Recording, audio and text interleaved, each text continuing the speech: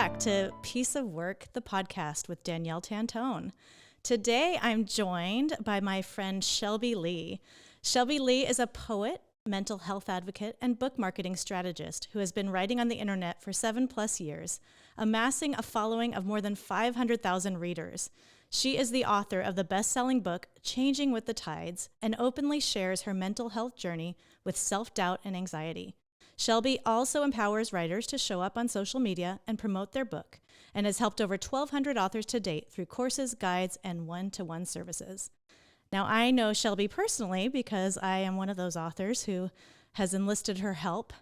But today we're chatting. I would love to chat with her just about how she got started and all of this interesting stuff, because it's not every day that you meet someone who's been able to make a living through being a poet. That is pretty awesome. Thank you. So what would you like to add, Shelby? How did you get here? Did you always know you wanted to be a poet?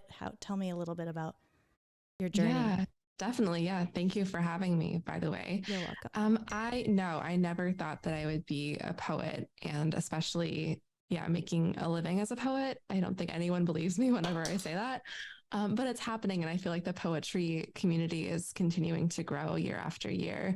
But I always knew I wanted to be a writer. I just didn't know it was going to be poetry. So I started off very young, being a huge bookworm, always reading book after book after book, and knew that I wanted to have my name on these books that I was seeing, that I wanted to be an author. So I wrote a lot of short stories. I wrote a lot of fiction, especially in high school. I wrote a couple fiction novels that never really saw the light of day. And then I got into poetry whenever I first started college, and was just navigating change in my life, and just found myself wanting to journal more and be more open about these types of things that I was experiencing mentally. So I just kind of started writing a poem a day for a year was how I started off. So I kind of am a go big or go home type of person. Amazing.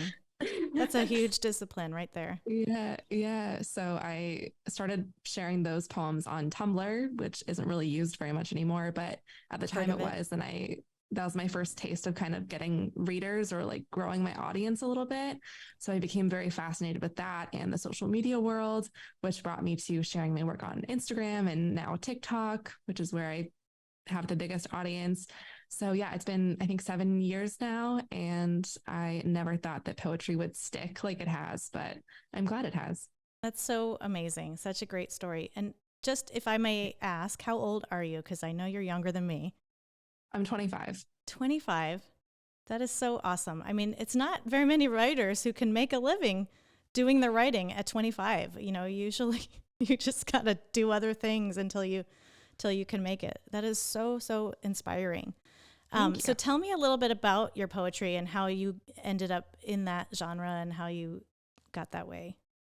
Yeah, I really just started reading a lot of poetry, mostly through Tumblr was how I was finding other poets to talk to and see how vulnerable they were being about mental health. And again, it was kind of something that I just started writing these things that I didn't really know could be considered poetry. I feel like poetry can be kind of gatekeepy a lot, and people say this is a poem, this isn't a poem.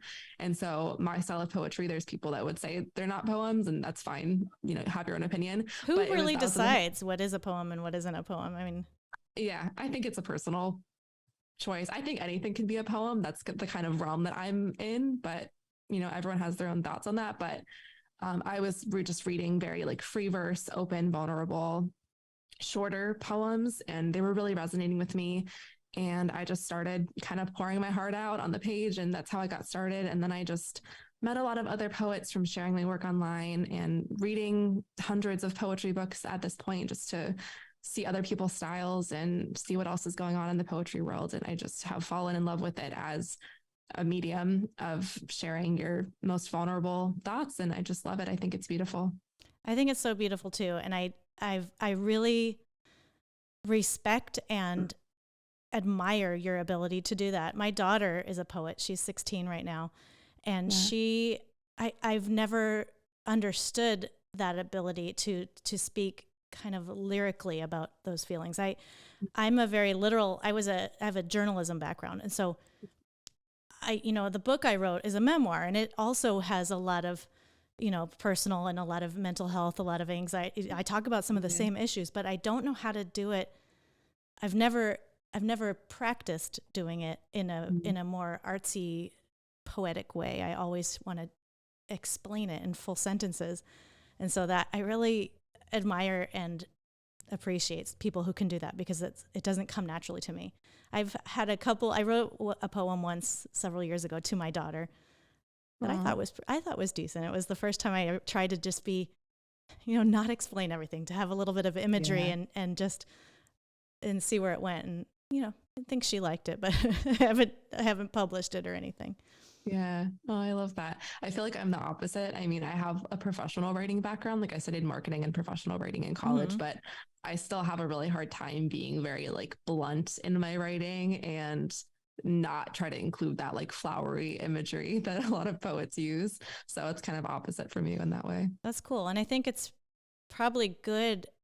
I think it was a good exercise even to think in terms of poetry when I was writing my memoir, because I think that imagery and sometimes using different words and using different images can be really helpful even in more prose writing. Definitely. Okay, so TikTok. I can't even remember who connected me to you the first time. I'm a little bit of like a course junkie of sorts. Yeah. Like I just, I'm always learning and trying to, I'm an author, I'm a nurse, I'm a realtor, I have this Medicare business. I'm trying to be an online entrepreneur. So I've been in these spaces blogging and learning about all different things for so many years but it was only at the end of last year that somehow I got connected to you, probably through someone else's webinar or something. And I heard of you and I was like, wow, she's an author who's been able to sell, like 40,000 books through TikTok. And that just boggled my mind, because I think of TikTok as something my kids do. I have 2 teenage daughters and I have a 6-year-old who loves watching TikTok with her dad. And to me, like they scroll through and just, each of them watches completely different types of videos on TikTok. But I started hearing about book talk and I started wondering how would an author use TikTok to sell books, and how did this young girl sell poetry on TikTok? So can you walk us through like how you stumbled upon TikTok, how that worked out, and how you use it today? Sure. Yeah, I love TikTok. So I'm happy to talk about it. So as I mentioned, like I was studying marketing in school, I was very into social media. I mean, I also just grew up in that world. So that was my generation's thing. Yeah. I wasn't like an early adopter of TikTok. I feel like I was not late, but just right in between. I started in 2020. So we're late now. See, I thought we were still kind of in between right now. No. We still are. It's definitely not too late. Because I have like 5 TikToks so far that Shelby's helping me get started. Yes. No, it's going great. No, definitely not too late in 2023. But I started around 2020, and I started off just like experimenting with the app, not really posting myself and just seeing what other people were doing. But you hit the nail on the head when you said everyone in your family sees wildly different things because it's so tailored to you. So I didn't know other poets were using it. I didn't know if other authors were using it or seeing success. I think the book talk thing was just kind of starting to grow that year. And so I started seeing a little bit of book talk stuff. I knew a couple other poets that started to read their poems on TikTok. So I was like, okay, I don't want to be late to this. I don't want to be, I want to try and give it a shot this year and see how it goes. Because I had self-published a couple books and was getting sales from Instagram and other platforms and continuing to learn. But that's when it really took off for me, was with TikTok. So I started reading my poems on there in 2020. And I think by the end of that year was like when I had my first kind of viral moments. And I was able to get an agent from that, from sales from my book. And then it's kind of continued to grow from there, 2021, 2022. I got a republishing deal, a different book deal for my 3rd book that just came out. It's been a wild journey, but it was definitely terrifying. Whenever I first started, I had never like spoken out loud my poems. especially not on social media. I was very like not much showing my face, not really being on video. So it was a huge like learning curve for me. And also just getting over that self-doubt of hearing my voice and everything. Yeah, So everybody thinks their voice sounds horrible at yeah, first. for And you're sure. kind of a natural introvert. Would you call yourself an introvert? Is that Definitely, okay? definitely an introvert. Yeah.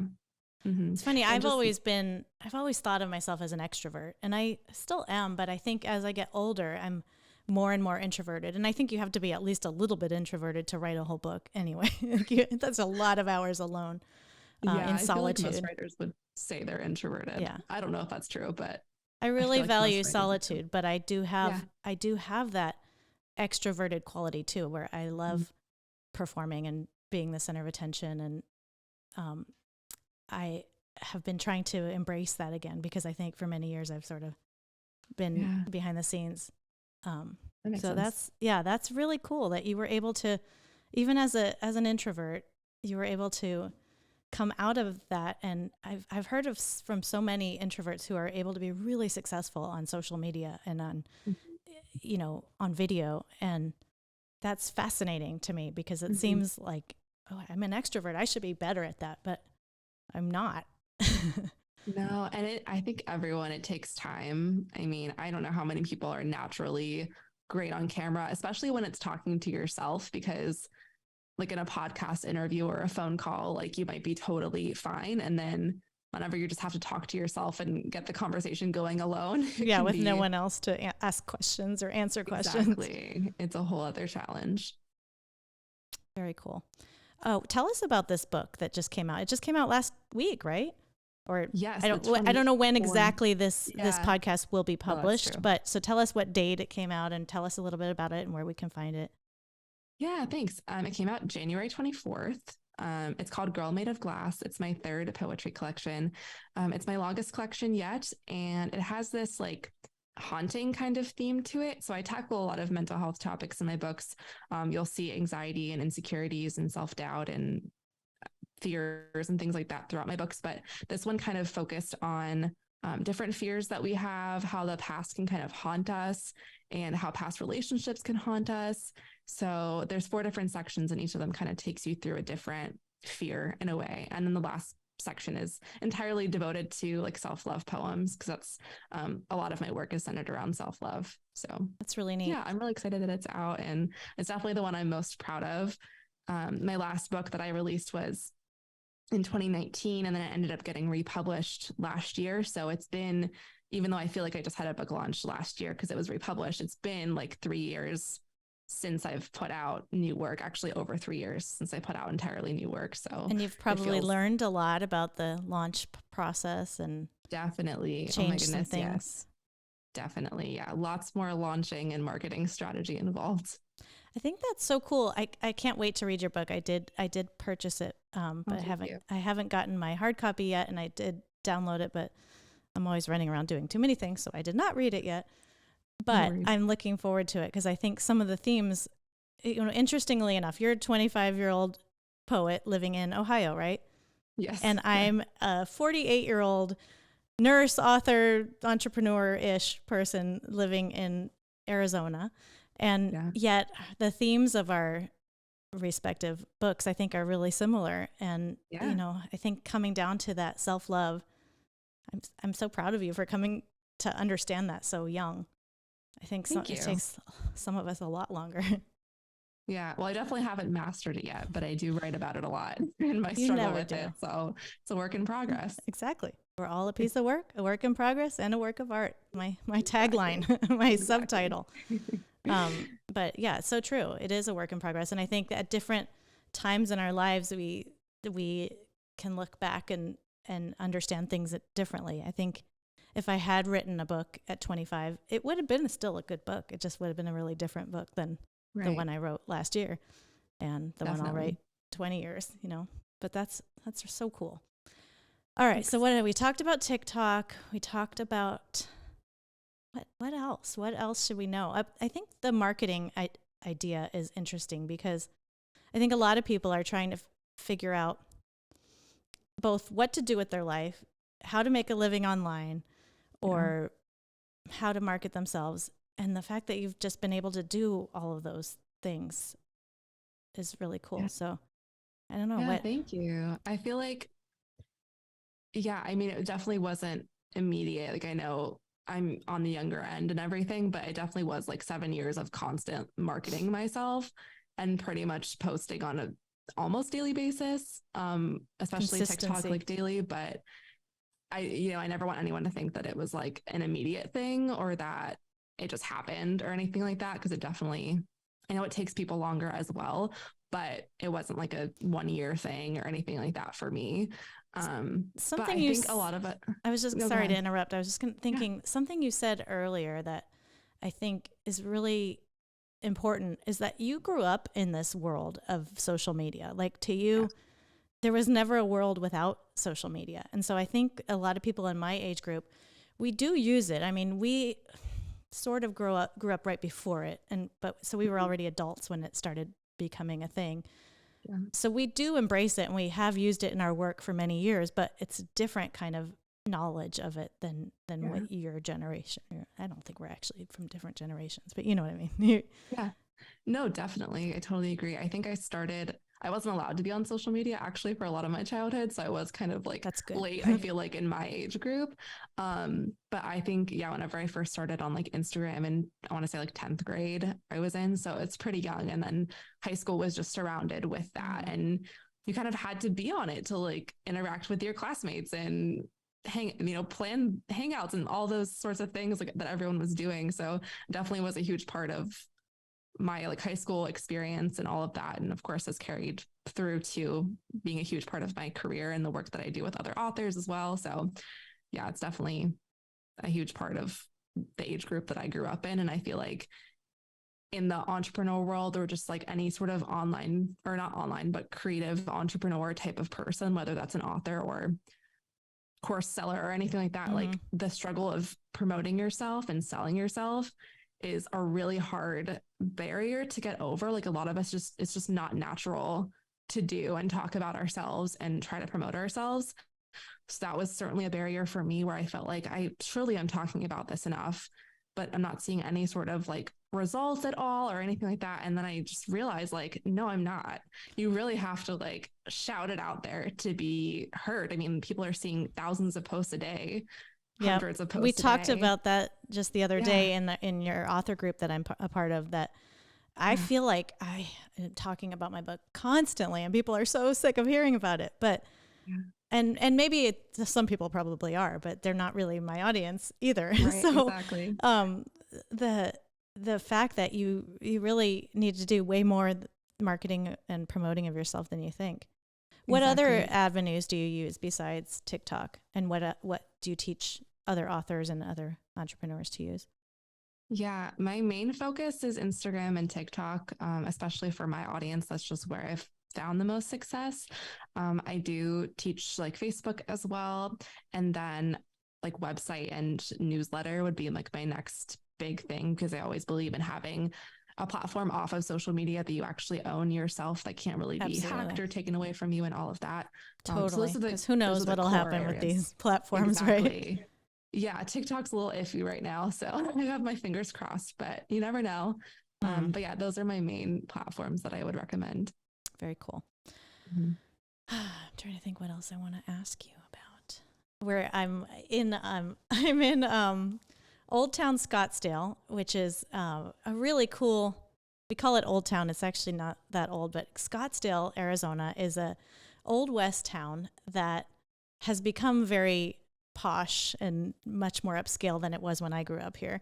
And this podcasting studio that I've started recording at this year is right on Main Street in Old Town Scottsdale. So there's a window right in front of me open to people walking by. And tomorrow is the Parada del Sol, which is so today is February 3rd. I don't know when I'm going to actually publish this, but tomorrow's the Parada del Sol, which is a famous parade that happens every year in February. My sister used to think it was her birthday parade because it was her birthday's February 6th. So it happens her birthday weekend. But anyway, so there's tons of traffic, tons of people walking by. So I was just, they're like peeking in the window going, "Ooh, what's happening here?" It's a very interesting setup to be recording here, but it's kind of fun. So That's a cool thing. So you've done a lot of have you done a lot of podcast interviews? You don't have your own podcast, do you? But you've gone on other people's. I've heard you on at least one. Yeah, I do. I have my own podcast. I started it last year. I didn't even know that. It's more for my readers, so it's not like marketing focused. It's called Okay. Small Steps to Self-Love, and it's about Very cool. self-love and mental health and all of that. And yeah, I think last year it was a goal of mine to start being on podcasts because I really hadn't before last year. But I think last year I ended up doing like 15-ish, That's which a was lot. fun. That's a good amount. Yeah. Yeah. So I was happy with that and I really enjoy it. It was like another starting one was certainly a challenge for me just with my introverted nature and yeah, asking questions to people and like having to organize my outline every time. So I've gotten more like relaxed, but I remember my first few, I was so nervous that I see, that's where we're totally different. So I did not prepare at all, obviously, which you can see me, struggling to think of what to ask you. I'd love to have prepared. I wanted to prepare, but it just didn't happen. But I struggle with the tech part of it. So that's why I'm here at a studio. I started with one studio and then I was like, I think I can do this on my own. I was part of some podcasting groups and I thought, just buy a microphone and there's editing software. It's not that hard. But I realized, what? It's not that hard, but it's not my giftedness. It's not something I love doing. It takes me 10 times longer to do than somebody who's decent at it. And so I found this arrangement and it works really nice. Yeah, so, definitely. But yeah, to be fair, my fiance helps me with a lot of the tech stuff, so that's awesome. I can usually figure it out, but he covers most of it, and that's just not my area of strength. When are you getting married? Next May. We just got engaged last month, so May 2024. Still a ways away. Congratulations. Thank you. What else should we talk about? You tell me. Where do you want to go with this? I don't know. All right. So we've gotten to know each other a little bit last month through your, you have some courses. You can tell us a little bit about those, even though my audience, I don't really have an audience. So I don't know if most of the people listening to this aren't necessarily authors, but I think that a lot of the stuff you teach authors is very appropriate to anyone. So tell us a little bit about your courses and what you do and what you teach people. Sure. Yeah. So again, like I said, I have a background in social media marketing. That's what I studied in college. And what I did all throughout college and then a few years after I graduated was social media management. So very much in the social media world and really wanted to take what I've learned about selling all of my books to other authors. So I've created some different guides on like TikTok, Instagram. I have like an introductory digital marketing course for authors as well. Like you said, it's definitely applicable to other types of creative industries as well. And then I have some different one-to-one services. Danielle and I did a marketing month together. I offer like VIP marketing days where it's just one day of kind of back and forth support and I audit your social media platforms and all of that. But yeah, it's been really fun. I think last year I served over 1,300 authors. Wow. Total the courses and guides and everything. So I'm hoping to continue growing that. And I love just meeting other authors and chatting with them about their books and stuff. So it's been really fun. So tell me more about more details about your writing process and your marketing process and how the two go together and when you start marketing and how the TikTok thing happened too, like more specifically. Sure. My writing process is pretty all over the place. I'm definitely not a structured person when it comes to like a writing routine. So it's pretty much all over the place whenever I feel inspired and write. Usually on the weekends. I'm a handwritten type of person with poetry. So I'll usually like journal and then type it up afterward. But I really am very unstructured. With my poetry books, I kind of have an idea in mind of the themes that I want to cover, or at least like the story that I want to tell in my work. So I'll typically go back through all of the poems that I've written that haven't been published yet and kind of pull from that to put a collection together. So it's somewhat structured, but for the most part, I'm kind of just writing and piecing together a story as I go, which is kind of fun, but obviously different than a lot of fiction writers might tell their stories. With marketing and the marketing process, yeah, I try to start promoting them a few months in advance and just allude to the fact that I'm working on a new collection and that it's coming soon and here's what you can expect. And, you do the cover reveal and the title reveal and get people excited about all of that. I do that more on Instagram. I find that TikTok is more of a immediate gratification type of platform where they want the book to be out and available to buy. So I don't really do a whole lot of pre-launching on that platform. And of course, email, I also do some different pre-launching. But with TikTok, it really was just a matter of like testing different styles of videos for me and learning. The most important thing you'll hear about TikTok is like the hook and the first second being really, really critical to people watching the rest of the video. So it's really just about testing that. What a hook is exactly. Give me like an example and a definition and like some examples. Sure. So I think of a hook kind of like a headline. As writers, we would want to write like a captivating headline to grab people's attention, basically. So a hook could be either text on the screen that people are stopping and seeing it and they're not scrolling any further because they're interested. It could be the audio itself. So you can add sounds to your TikTok, or you could do a voiceover or be on camera talking, and that stops people because they want to see what happens next. So those would be examples of hooks. I usually recommend a mix of both. I always have, most of the time, always a voiceover plus text on the screen that stops people. For me, I really focus on speaking directly to my audience, which are people that are going through these different mental health or relationship experiences. And so an example hook is like, if you are going through anxiety or if you are facing anxiety, stop and listen to this. And I say to stop, which might not work for every person. That's very cool. Mine is very like, stop and listen. This is for you sort of thing. And that gets people to stop and watch the rest of my video and hear the message that I have to say, which for me is usually reading a poem from my book. So yeah, and then there's, different types of hooks, like for a fiction or nonfiction that might be like, would you read a book that has ... and then like list out different tropes or plot points or cliffhangers. Things like that are very common in like the book talk world as well. So there's just such a avid reader community on that platform that supports authors, that talks about books that they're reading. So there's so many different ways you could formulate a hook, but those are some examples. Thank you for that. I probably should have asked you that question a long time ago, because I think I didn't quite understand what you meant, and that clarified it. And I love that example of stop, because I think that's the way I need to, my book is a memoir, right, but it has a lot of the same themes as yours. And I could do the same thing. Like if you're thinking about this, stop, read this. And it's hard when it's something that you wrote that's autobiographical, but yet it has universal, not advice, but application, I guess. Yeah. So that's very interesting. Thank you.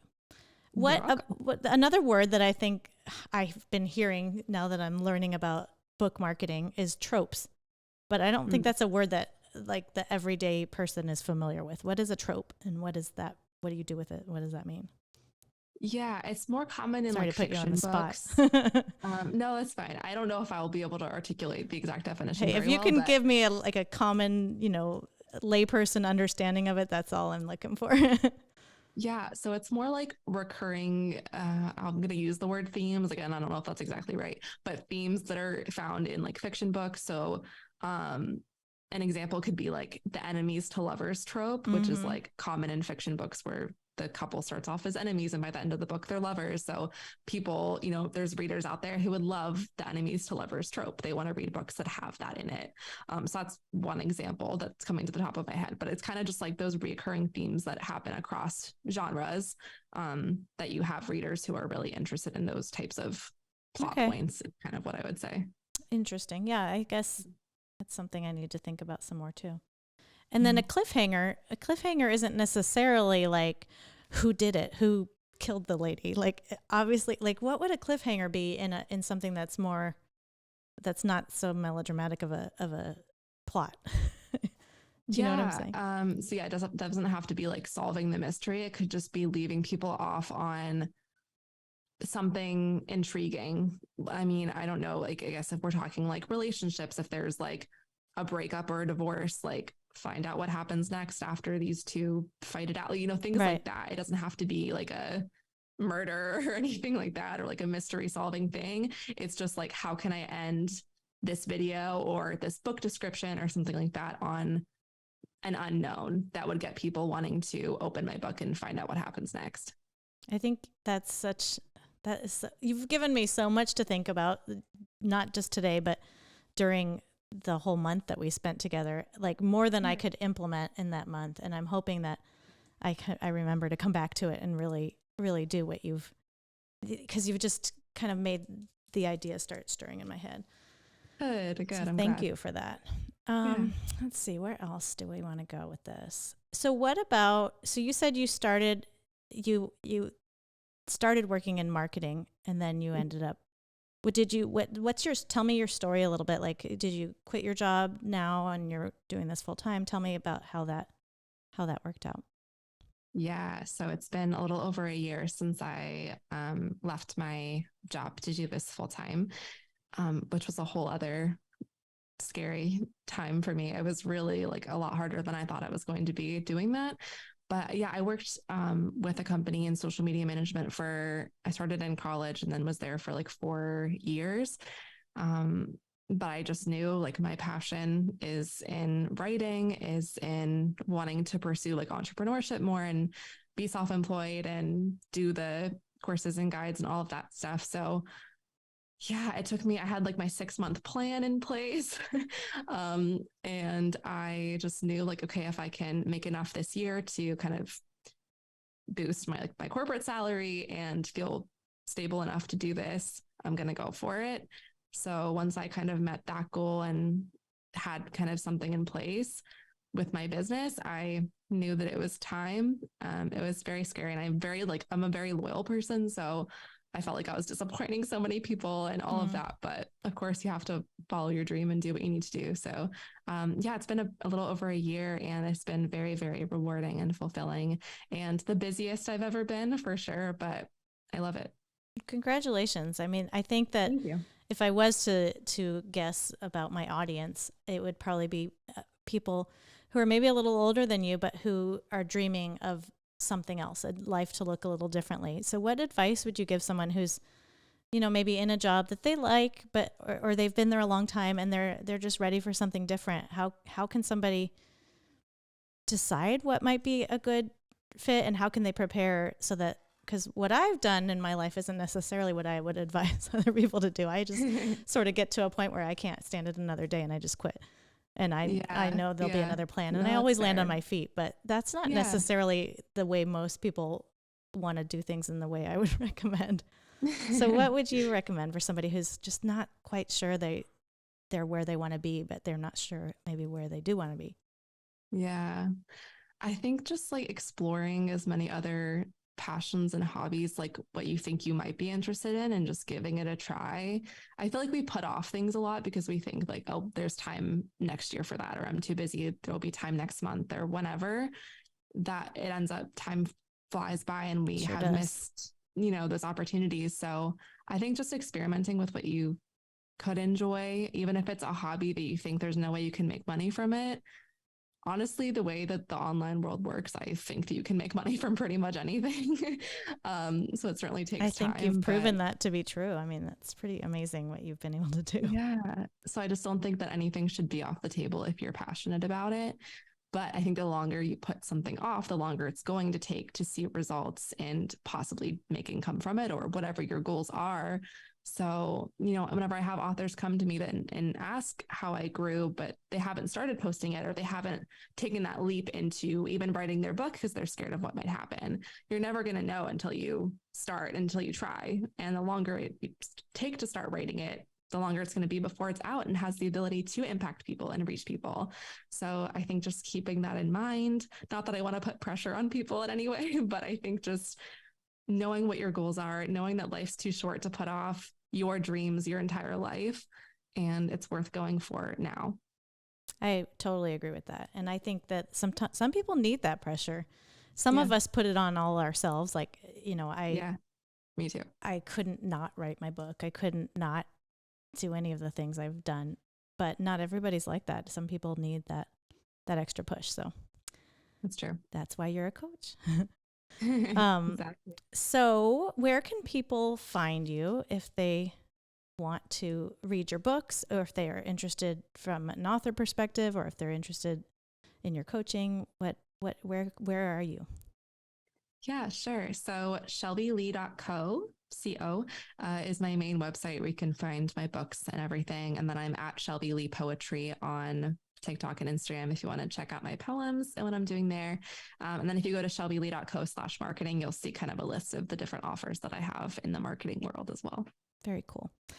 That was something we could talk about for a few minutes before we say goodbye. Is there's a couple different philosophies in people who are online. So obviously you started out being in social media from a social perspective purely, as a child, as a teenager. Yeah. And then gradually you shifted, and you have chosen to, you actually kind of differentiate, compartmentalize your different businesses even on social media. Do you also have a personal social media that's different, where you communicate with friends and family? Tell us a little bit about that and the different philosophies and how you choose, because I think that can be overwhelming for people too, is where do I post what, and how do I be on social media? Yeah. So people are surprised by this, that I don't have any personal social media accounts. And I was never really big into the sharing those types of details of my life. So I did in high school, again, whenever I mentioned that's kind of how you made friends and stayed connected with people. And I did it in college too. That is amazing. Yeah. My kids, they don't even get together the way we did when I was in high school. They interact on social media as almost exclusively to some extent, not entirely. No, but it's really interesting what it's done to, it's called social media, but it's interesting what it's done to socializing as a whole. But yeah, anyway, so I kind of deleted all of that and was I just want to start as my writing stuff is what I'm focusing on. If I want to get in touch with friends and family, we'll text each other, we'll call each other and catch up, sort of thing. So yeah, I don't do any personal social media stuff. And then I focused on that growth. And then whenever I started the book marketing business stuff, I didn't want to confuse audiences there, just because a lot of my audience aren't authors. So I did create a separate website, landing page, and different social medias for promoting that sort of thing. That's cool. So I think we've talked a little bit about this, and my philosophy is a little bit different, partially just because of my personality. I mean, I can't manage, I'm a little bit ADHD, I think, and having that many different, personas, I guess, it doesn't work for me. So I actually, even though I have used social media for business, I was a realtor for many years. I still am a realtor, but I actually helped other realtors with their social media back probably about 15 years ago, predominantly. So it's changed a lot. It was mostly Facebook back then. Yeah. And what has always worked for me, even though I understand that, the business Facebook page and then, now Instagram, and I always interacted a lot on my personal page, even when it was a business type post, and I'd do a combination of personal and business. And I built a really engaged following, not really a following, it's just a friend, a sphere of influence, because real estate is a very personal industry anyway. You kind of become friends with your people, and a lot of the marketing that realtors do is very personal. So that makes sense. That when I came to become an author, and as I was writing my book over many years, because it took me many years to get to that point, I was engaging as me, and I want to keep doing that, and yet I'm also learning how to, in order to reach a broader audience than just the people who I already know, I need to do more on my business Facebook page and my business TikTok. So it's been interesting to me. And I would also like to do coaching. I'm planning a life coaching course and a book coaching course. I want to help other people write their story, their memoirs. Awesome. I always play around with these ideas. Should I segment it like you have, or should I just, and what I always come back to is I couldn't be that. It's already too fractured for me. I can't do it. I'm a nurse, I'm an author, I'm trying to be a coach, and I'm a podcaster, and it just has to be all together. And Yeah, have to show up as I am, because I only have so many hours in the day and I juggle a lot of plates. So it's just definitely. neat that there's so many different ways to do it. For Obviously, sure. you've been a lot more successful in your way. So maybe there's something to that.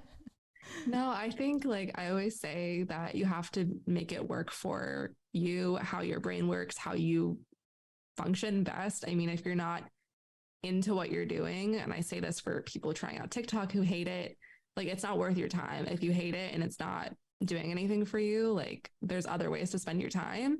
And if that's not going to work for you and to have multiple accounts, then don't have multiple accounts. Yeah. It'll work out. Cool. One more time, I want to come back to the 40,000 books on TikTok. Tell me one more time how that worked. Like, what did you post that became viral? I've heard you talk about this. It was a couple different posts, but how did that work for people who don't understand how that could possibly happen on TikTok?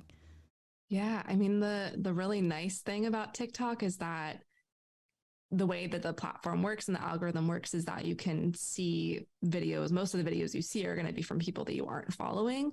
So you really have potential to reach thousands of people, in some cases, millions of people. So I've, over the past few years of posting on it, have had, a good chunk of videos that have gotten that viral range. Everyone has a different That's number for amazing. that. For me, that's, a few 100,000 or more. That Hey, I'd tend be to happy lead. with 1,000 at this point. Yeah, yeah. It's a slow start. It's a slow growth. That was the same for me too. So it happens. But yeah, I mean, all of my posts for the most part are about my book. They're reading from my book, so people see the product and they know that they want it. And I am very clear about here's the name of the book, here's where to get it in every video. I always put that in the comments, and it just has led to a lot of sales, and I'm very grateful for that. Some videos are total flops for me, even 3 years into it, and I'm like, man, like this is going horribly. But I just always remember that it tends to come back, and the engagement ebbs and flows quite a bit. So yeah, I Was just there stuck with one it. video that really just like took off though? Or was it kind of over time it started building and Yeah. There's been a few videos that stand out to me. The very first one, I mean, first of all, I'm a huge advocate of like reposting things that have worked well in the past. You've probably heard me say that before. So there's one poem in particular that I've posted probably 10 or 15 times at this point that has, sometimes it flops, but sometimes it gets, I think the most was like 10 or 11 million views. Um, that one was like January of last year. And that was like a life changing moment for me. That was one of the ones that helped me get a book deal with a pretty large publisher. Um, I very mean, it was cool? like 4,000 sales within like 2 days. Like it was That's wild. amazing. And then there was the very first big moment for me was like the end of 2020. And that one was, I don't remember the exact hook I used, but something along the anxiety realm, or like, this is for you if blah, blah, blah. And yeah, that one led to quite a few amount of views too in sales. That is so impressive. I have to take a look at all your old videos and see what I can learn. I've learned so much from you already, and I Yeah, think we thank all you. can learn a lot from you. I Thanks. did have one more question that I've been taking notes. I have a whole like page. Well, you can't see Nice. it very well, but Yeah. I was wondering if do you ever do paid ads or do you purely use TikTok? Yeah, for my books, I haven't delved into paid ads. I think I've done maybe a few like Facebook ads a few years ago, just trying them out very low budget. I've really been getting into Facebook ads for my courses and guides. That's how a lot of people are finding those. But yeah, I haven't done any paid ads for my book sales. It's been all organic Actually, that might be how I found you was through a Facebook ad. through an Now that I ad. think about It it, I might have bought your been. TikTok guide first, Mm. which is great, and it's very affordable. That's one thing that's so cool is I was like, oh, you know what? For whatever small amount of money, I mean, it was like $30 or something, I think, Yeah, it's when I bought it. 27. Yeah, so I was like, I was gonna say 27. For $27, you know what? I can afford to waste that much money, even if it's a waste, and it definitely was not. And then I connected with you and got on your email list, and then I heard you Yeah, on another podcast that I listened to. So it's really cool how things kind of come around like that. But yeah, yeah, that so is cool. Yeah, I'm all glad right, we've connected for sure. And I yeah, appreciate you having me on. me too. Is there anything else you'd like to add as we close? Hmm. I think we've covered a lot. Yeah, I would just say like going back to that passion. And I feel like your work kind of covers that too. And just being very real, like, just don't put it off. If you are passionate about something, go for it. Thank you for joining us today. This is Danielle Tantone with Piece of Work, and we're all a piece of work, a work in progress, and a work of art. And you can grab my book on Amazon, or you can go to my website, danielletantone.com. On all the socials, it's also at Danielle Tantone.